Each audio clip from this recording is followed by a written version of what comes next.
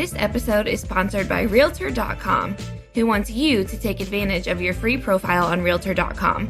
By claiming and completing your free profile, adding a photo, and all of the information that puts you head and shoulders above the competition, you're on your way to receiving free leads, helping search engines find you, and staying top of mind with past clients. To learn more about claiming your free profile, go to Realtor.com/profile.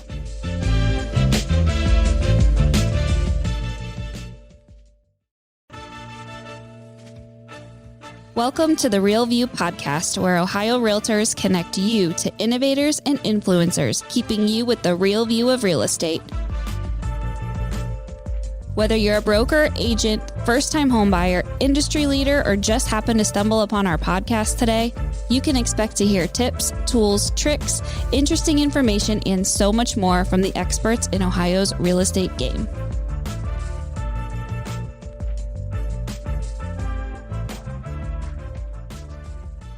Hi, everyone. Welcome back to the Real View podcast. I am your host, Allison Wiley. Joining me today is our special guest. His name is Matt Simmons. He is founder, CEO, and manager at his company, Sim Capital, and its parent company, Simmons. Matt, welcome onto the show. Super excited to have you on today. Pleased to be here. Thanks for having me on. Yeah, we're going to dive into the world of Matt's business, what he's created, what he does with his real estate company, talk about multifamily and affordable housing. And it's so important right now. We know affordable housing is on the top of all of our real estate agents' minds. It's on the top of consumers' minds. You know, how are we going to get more affordable housing in the places where these individuals are working and living in? So we're going to dive into all of that. But before we do, Matt, I would like to hear a little bit more about you, yourself, how you got started in real estate, and tell us a little bit about your career journey. Oh boy. Well, let's go way back. So I actually first started my business was racing motorcycles for a living when I was first out of high school. So that's taken us way back.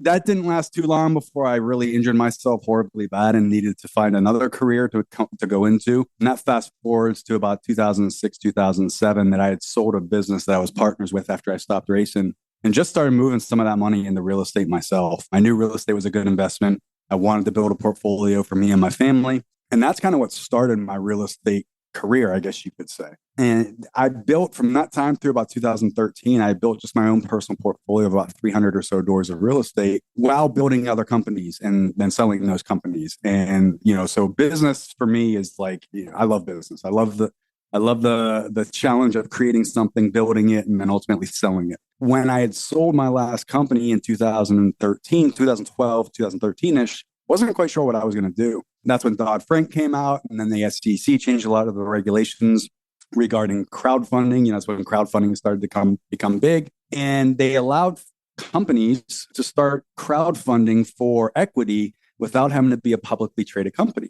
And so for me, it was like the light bulb went off, right? Real estate had kind of got me through good times and the bad times, over the previous 10, 12 years. And so for me, it kind of made sense to go all in on real estate. And that's when we founded when I founded Sim Capital. And that we officially launched in 2014. Our focus there was really kind of just expanding upon the portfolio that I had built at that time. But we started looking and diving into more of the multifamily space, larger multifamily properties, your 20 units, your 30 units, your 50 units, so on and so forth. Fast forward to today, we've done 7 funds to date. We've done almost $600 million in total transactions. We currently own, operate, and manage about $340 million of real estate, which equals about almost 4,000 doors currently. And we're across 9 states. And our big focus right now, besides multifamily, is affordable housing. We kind of pivoted to affordable housing coming out of the pandemic in 2021.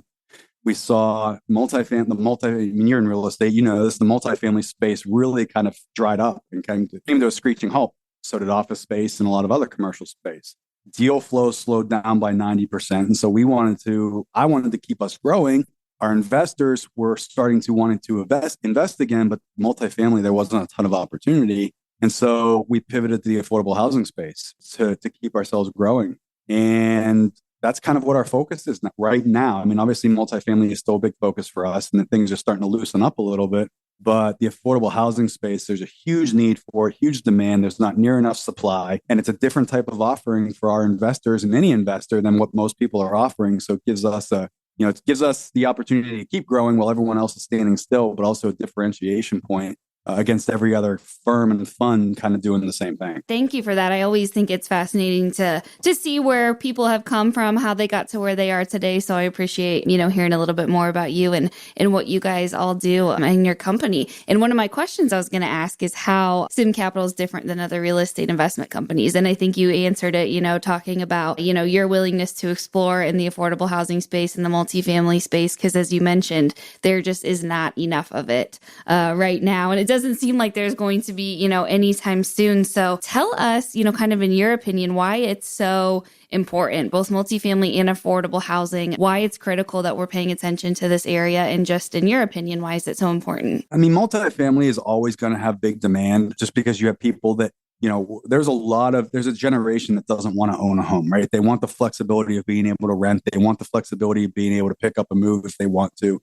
When their lease expires, they don't want to be tied into a home long term. They don't want to have the overhead and the maintenance and the upkeep of owning a home or their own property. And so that's where multifamily comes in, is it gives people the opportunity to get into a nice property with good amenities, but without having to worry about the upkeep and the taxes and the maintenance and everything like that of owning the actual property themselves. As far as the affordable housing space goes, I mean, it's the same old. It's been this way for gosh, I don't know how many years. I mean, probably longer than my lifetime. But there's always a demand for affordable housing, especially in today's climate. It's gotten even worse, right? Because affordability has dropped, has gotten to the point where we haven't seen affordability drop for homeowners like in our lifetime the way that we've seen it recently, between the inflation rates, the rise in properties, the low demand, the high demand, the low supply. It's just continued to drive home prices up, and it's gotten to the point where people just can't afford it. And so the affordable housing aspect has become even more of a focus nationwide, and there's just not enough people that are willing to buy properties, place the properties into the programs that are out there, and put those properties, up for rent to people that need it. And that's the sad part. I mean, there's this bad, I don't know why people have this bad perception of affordable housing or Section 8 or whatever you want to call it, but people do. They have this bad perception of it. And they think, immediately their property is going to become worthless and get ruined. And it's just not the case. So I think you have to combat that a lot. And you got to combat that stigma if you want to fix the problem that we have. The problem is that no one's educating on this. Yeah, you're right. And I do think that there's a misconception out there about affordable housing, and that, it's a negative thing and I don't want anything to do with that. And I don't know who, what kind of people are going to be living there and all this kind of stuff. Do you think that's kind of why no one is really exploring this space, or that there is, such a lack in this? Is just the misconception that exists out there? There's a huge misconception about it. And it goes to a lack of education, to be honest. That people aren't educated on the program. They aren't educated on what's allowed, what's not allowed. They don't, and that's why you see a lot of operators, and most operators in this space are very small. They're mom and pop. They have 3, 4, 5 properties, if that, and they try it out and they get ruined over it, or they put the wrong tenants in their properties. And yeah, they have the issues that gives this industry the stigma. But the problem is they didn't educate themselves on how to place the right tenants, how to underwrite the tenants, how to collect the right rent, how to get the tenants to buy into that property to make sure that they take care of it. And that's all part of the education that just isn't being done, but in a mass quantity when it comes to this asset class. And that's the problem. Yeah, I think so too. And there is a way to do it correctly, right? So that you are screening for the right people, you are getting the right individuals, into these units. Have you kind of found a secret sauce or the best way to kind of do that? Or what's kind of your way that you, take care of that and make sure that those stigmas aren't existing in the work that you do? This asset class and the types of tenants that you're marketing to and you're going to get, you do have to be more diligent about making sure you're doing your background checks and your underwriting, right? And so for us, I mean, we have the secret sauce, and it doesn't eliminate 100% of the risk, but it really brings that risk amount down to what it would typically be with any type of rental property. And so, for us, and what most people don't realize is, look, you can underwrite and screen these tenants the exact same way you would screen on any multifamily, right? And so for us, we screen these tenants and we underwrite these tenants the exact same way we do if I was to place them in any of my multifamily properties, right? So we do full background check, full criminal check, full eviction check, a credit check, so we can see what's on there. And we don't place people that have a criminal history. If they have like, parking tickets or a speeding ticket, okay, that's fine. But anything beyond that, we're not putting them in the property, just like we wouldn't put them in our multifamily properties. If they have a recent bankruptcy or slow pays on their credit, we don't place them in our properties. If they have any eviction on their history at all, we don't place them in our property. And that eliminates a lot of that risk that you have with these types of tenants, because as much as the housing authority pays, a lot of times the tenants still have a small portion they have to pay. Last thing you want to be doing is chasing a tenant down for $15 or $20 or $50 or whatever their portion is. So if you underwrite them that way, it really eliminates that problem from coming up. On top of that, we require our tenants to place a full month security deposit out of their own pocket. They can't get assistance for it. They can't get help from a local organization for it. It's their own money. So they're at risk of losing $1,300, $1,400, $1,500, $1,600 if they don't take care of that property. And when you're on government assistance for housing, that $1,300, $1,400, $1,500 that you have to come up with, that means a lot. And so it really it makes them buy into the property, basically, right? So it gives them, their own money is on the line here. It's not a free ride like a lot of people think. And so by doing that incentivizes them to take care of that property the best that they can. And so it really, it brings down the risk of them, destroying your property or having 20 people living there, that destroy the property or selling drugs out of the property or whatever it is, right? You make sure you put everything in place that you can to eliminate those risks. And so by doing that, it really brings down the risk factor of them destroying the property or them not paying their portion. And so it works really, really well. Yeah, sounds like you've had really great success with that. And it's just a way to make it, just work out better for everyone that's involved. Who's in your house, that they can be trusted, that what they're going to be doing, is okay. And nothing's going to be a problem when you have these type of people in your unit. So I think that's really great that you found, a good secret sauce, as we said, to make sure that we are getting the best people that we can into these houses. What are some solutions that you see when it comes to affordable housing? Because we just hear so much. This is a challenge. It's a challenge. It's a challenge. It's a challenge to do this. No one can figure out how to do it. Why isn't there enough?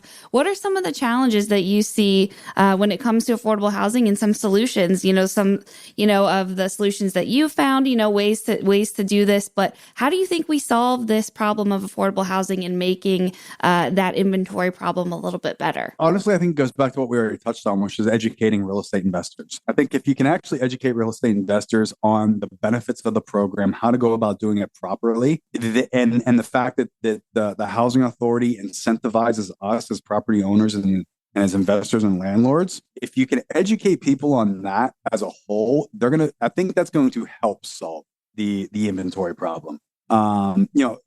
Let's face it, we're still 3-4 million homes short nationwide, right? So there's still an inventory problem regardless. But I think it just goes back to education, because what people don't know, they don't know. And they're going to form their own opinions based off of, well, this person told me this because they heard it from this person because of bad experiences their nephew's uncle had or whatever it might be, right? So it's always like, 6 people down the line, and then they decide they don't want to get into it versus actually learning about it themselves and trying it out. The problem is there's not a ton of education being done on this. There's a ton of education out there about multifamily, right? There's a ton of education out there about short-term rentals and Airbnb and VRBOs. There's a ton of education out there about just single-family rentals even, right? Or now ADUs, accessory dwelling units, are a big thing, right?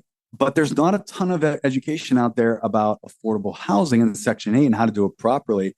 I'm trying to fix that. I mean, if you look at my Instagram and my social media, I talk a lot about it, or my YouTube does as well. And we're starting to kind of create some programs to help educate investors on it. But I think it needs to be done more at a mass level. And I think the government, to be honest, and as bad as I hate to rely on the government for a lot of things, I think it's the government's fault that people aren't educated on this. And I think they can be the ones that can help fix that problem if they were actually educate properly. Yeah, I think so too. And I think, we might be getting to the point where there needs to be some intervening, from the government when it comes to this, because it's good.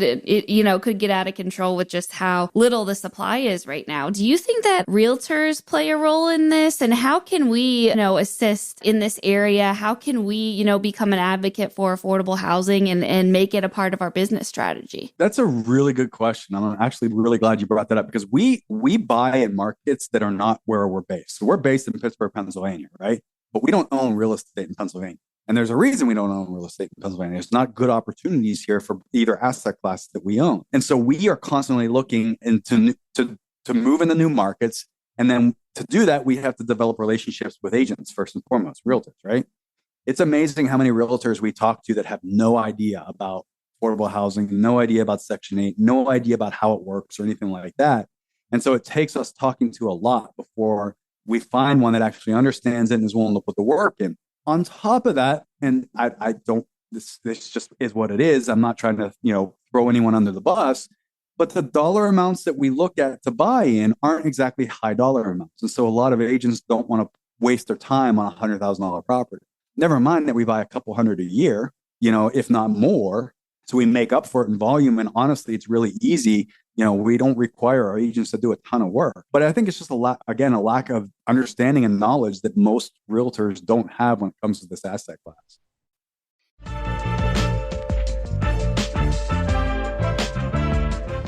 This episode of The Real View is brought to you by the Ohio Association of Community Colleges. Ohio's network of community colleges provides accessible training that accommodates the busy lifestyles of aspiring real estate professionals at half the price of a traditional university. With convenient locations in every part of the state, as well as online options, Ohio's community colleges are your smart choice for pre-licensing education. For more details or to start the journey to a real estate career, visit the education page at ohiorealtors.org and then click on the pre-license course locations. Yeah, I mean, I see this as kind of a huge opportunity for people to get involved. And you're right, okay, $100,000 property, but all we're hearing now is how we're in this low inventory, how there's no homes for sale, how no one's selling. So this is a great way, and I've been trying to have episodes come out lately about what to do, in a slower time, what to do when there's not, that influx that we had during COVID. And this sounds like it would be, a great niche to focus on right now during this. This is a really good way that you can still, keep your business going, keep your income flowing, without, maybe having that traditional home sales that we all think about when it comes to real estate. And I think, is that kind of what your experience is too, is that it can be a great opportunity, especially in times like this? 100%. And it's a really good opportunity. And I can just give you one example. I mean, I can give you a handful, but Cleveland's a really big market for us, right? You're in Ohio. Cleveland's a huge market for us. We're going to buy between 75 to 100 properties in Cleveland alone just this year. And we have one agent that we work with up there. Now he has a team, but, he's going to, and our average buy there is between, $90,000 to $100,000. 75 to 100 properties a year. You can see what the volume is that he's doing dollar wise. And so if your business is slow right now, look at areas to focus on that a lot of other people aren't, right? Low competition. Let's be honest. It's low competition in this price point and in this asset class. There's tons of opportunity out there if someone wants to actually learn about it and do it the proper way. Yeah, I think so too. So take notes, guys, if you're listening, if you're in a slower time or are looking to even just expand your business, maybe try something new, try something different. I know we are always trying to grow and evolve, as realtors, and we need to change as things change too. So this is a really great opportunity, as you mentioned, Matt. What advice do you have for, consumers, investors, for realtors, if they want to get more involved in this world? How do we start learning about it? I know you mentioned education is so important and we need to be doing, a better job of that, but where do we start? If we want to get more involved in this, but really aren't sure how, or what's the best way that we should go about getting involved? First step is actually just understanding how the program works. And that's all that you can do that with a simple Google search. And it's all on the Housing Authority's website, the HUD's website, which is their national government website, to learn about the program itself. So you actually understand how it works. And then you can, YouTube is your friend. Instagram is your friend, right? There's people like myself and others on there There's a few others that educate on this specific asset class that you'll learn a lot on. The third thing, reach out to me directly. I mean, I'll answer any questions someone might have in regards to how to go about getting involved in this, how to get started, where can you find certain information. The thing is anything to do with this asset class and anything to do with it because it's government backed, it's all online. All the information is online for you. I mean, you can go to their website and pull up any fair market rent that they pay in any county across this country to see what market you want to possibly move into.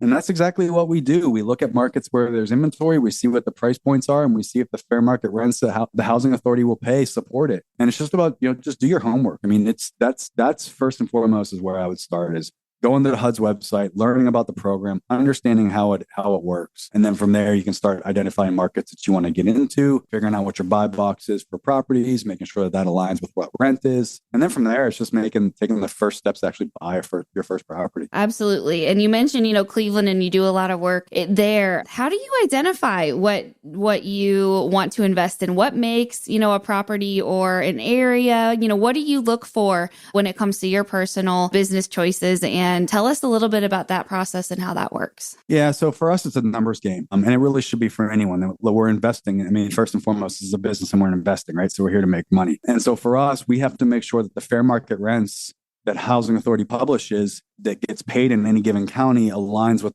the purchase price on the property. So for us, our minimum DSCR ratio is typically a 1.8 DSCR ratio to hit the numbers that we want to hit on net operating income after every expense per property or per door. And so what that really aligns to is our buy box, which is really, really tight. It's really, really simple. It's $85,000 to $105,000 in a single family home that's 3-bedroom or more that we can get a minimum of $1,350 a month from the housing authority on. If those things align and the property's in good shape and it needs to be pretty much move-in ready or recently renovated, and we don't have to do any major repairs, just little things to pass inspection with Section 8, we're going to buy every one that we possibly can. And we do. And, as far as multifamily, we add small multifamily properties to our portfolio for this asset class, but we typically won't buy anything that's a 1-bedroom, 1-bath. They typically have to at least be 2-bedroom or more. We do have a couple of 1-bedrooms in some of our multifamilies, but that's only because the other units are 2 and 3 bedrooms. And so we can kind of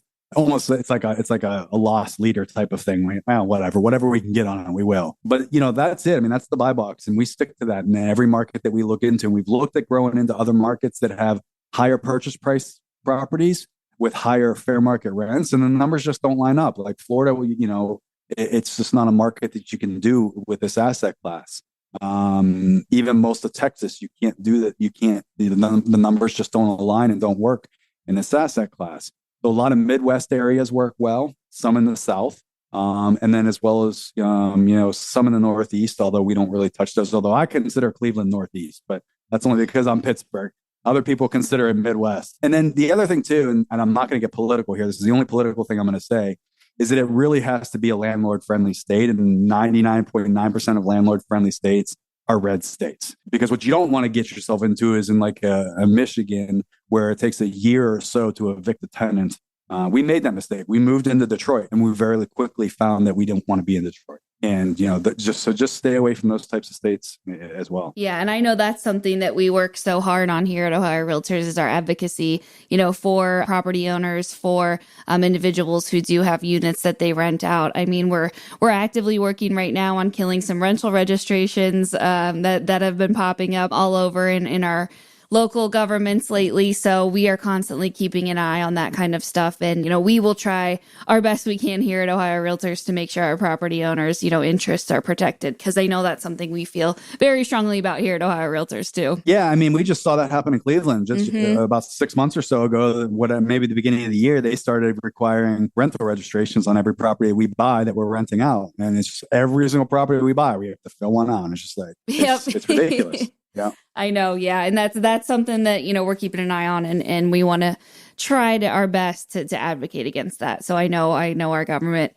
our lobbyists are working on it every day. I hear them talking about it. So absolutely. We appreciate it. Yeah, for sure.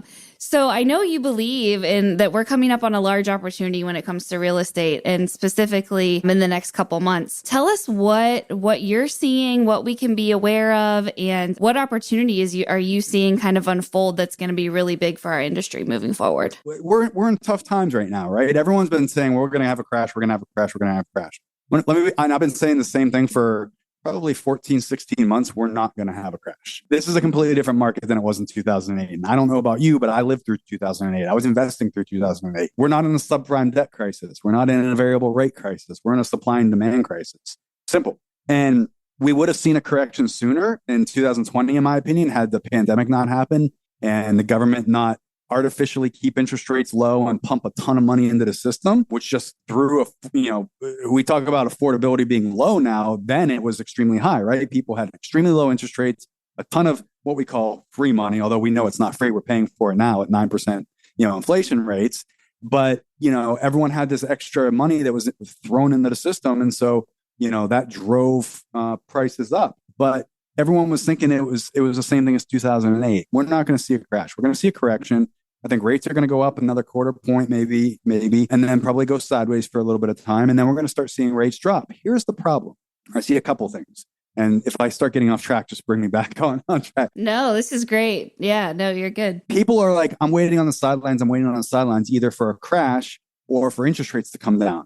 But in a supply and demand market, which is what we're in, our supply is still not meeting demand. And we're at 8% interest rates right now, right? So what do they think is going to happen when rates start dropping? Do they think that demand is going to go away? No, demand's going to increase even more, which is going to drive prices even higher because supply is so low. And so everyone that's sitting there saying, "Oh, I'm waiting for interest rates to come down," or "I'm waiting for a crash to happen," I'm like, you're doing it wrong. You're going to be saying the same thing in 10 years. "Oh, I'm waiting for interest rates to come down," or "I'm waiting for the market to crash." And the market's just not going to crash. Rates are going to, when rates start coming down, prices are going to go back through the roof like they were 18, 24 months ago.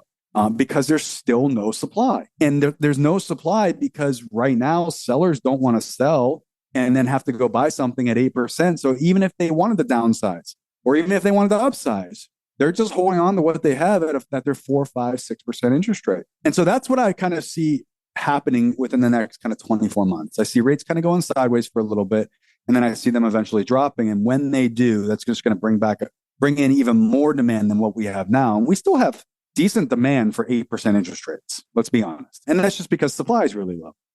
But that's just going to drive prices through the roof even more, which is going to bring down affordability once again, even more. And so it's just a cycle that's going to keep getting, what I say, worse for those people that are saying they're sitting on the sidelines waiting for rates to drop or for the market to crash, because the market's just not going to crash. If it was going to crash, it would have happened by now, right? Yeah, you're going to see. Now that's residential, right? Yeah. And let's kind of spin that and talk a little bit more about commercial and multifamily and retail and office space.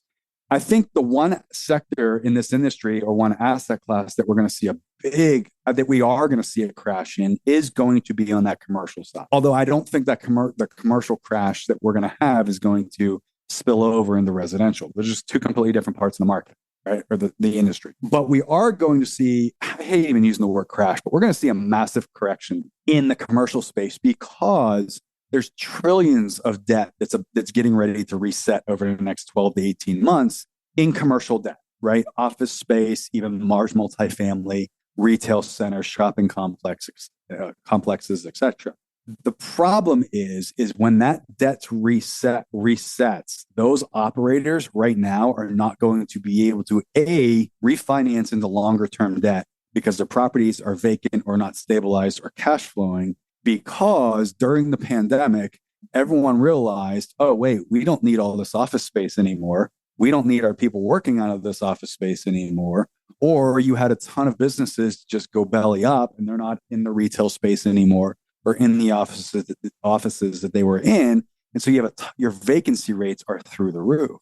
And so when you have high vacancy rates and your debt has to reset, you can't get the debt that you need. You can't get refinanced. You can't get the financing you need. And so it's going to leave a lot of operators stuck. And so what you're going to see a ton of that inventory coming onto the marketplace that is going to be at 60, 65, 70 cents on the dollar because these guys need to get out of it. They can't get new debt on it. They can't get another bridge loan on it, and they have to get out of it. And then you're going to see some go into foreclosure, and you're going to see some go into bankruptcy. I mean, we started to see little bits of it here and there in the multifamily space. There was a big operator down in Houston, Texas that only started about 4 years ago when things were really, really good, that over leveraged himself. He bought at way too high loan to values. He bought on bridge debt, and that debt reset, and he couldn't afford the payments on it. His properties weren't stabilized. He lost over $3,000 of real estate. It was like $230 million, I think, is what the value of that portfolio was. That sold for 70 cents, not of the value of the portfolio, but 70% of the loan that was outstanding on that property. Yeah. So you're going to see more of that come into play. You are. And that's the portion of the industry, I think, that's going to really, really suffer. And for us, we're just sitting by waiting, because we're going to start scooping on properties up as soon as they start coming across our desk, because we're positioned really, really well. Yeah, that's what I was going to say. Sounds like it's going to be a great opportunity, you know, if things play out in the way that we're thinking, that, you know, this could be a really exciting time and great for business and a great opportunity ahead. So there's never been a better time to get started. Thank you for listening to The Real View. That wraps up today's episode. You can keep up with the latest on the podcast at ohiorealtors.org/therealview and on Apple or Google Podcasts, Spotify, or wherever you listen. Have questions, comments, or suggestions? We want to hear from you.